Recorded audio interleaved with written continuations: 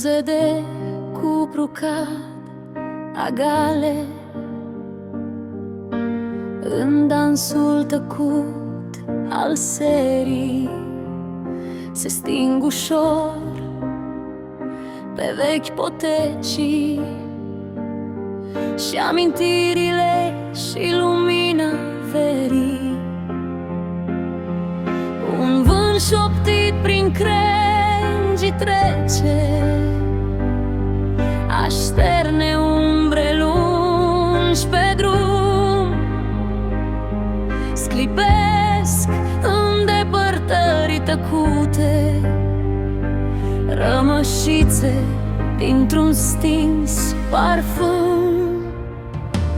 Printre frunze timpul trece, peste amintiri de dor.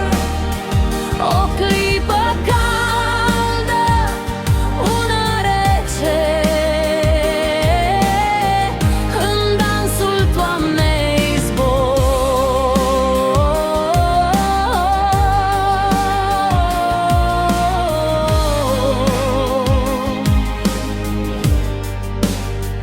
Dar din tăcerea ce se așterne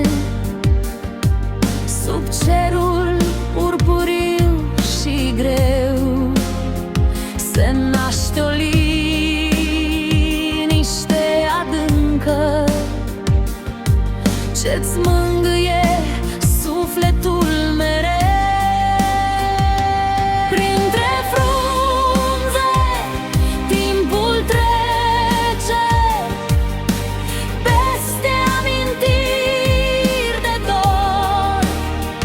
O clipă caldă, una rece,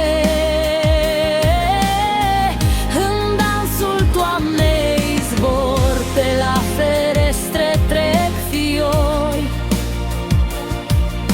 lumina lunii iar coboară. Vise purtate printre nori cântă o veche vioară.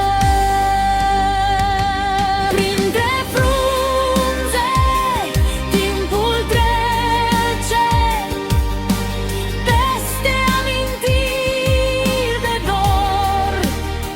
O clipă caldă, una rece, în dansul toamnei zbor. Iar când se sting și ultimele șoapte și noaptea și întinde mantia grea, rămâne doar amintirea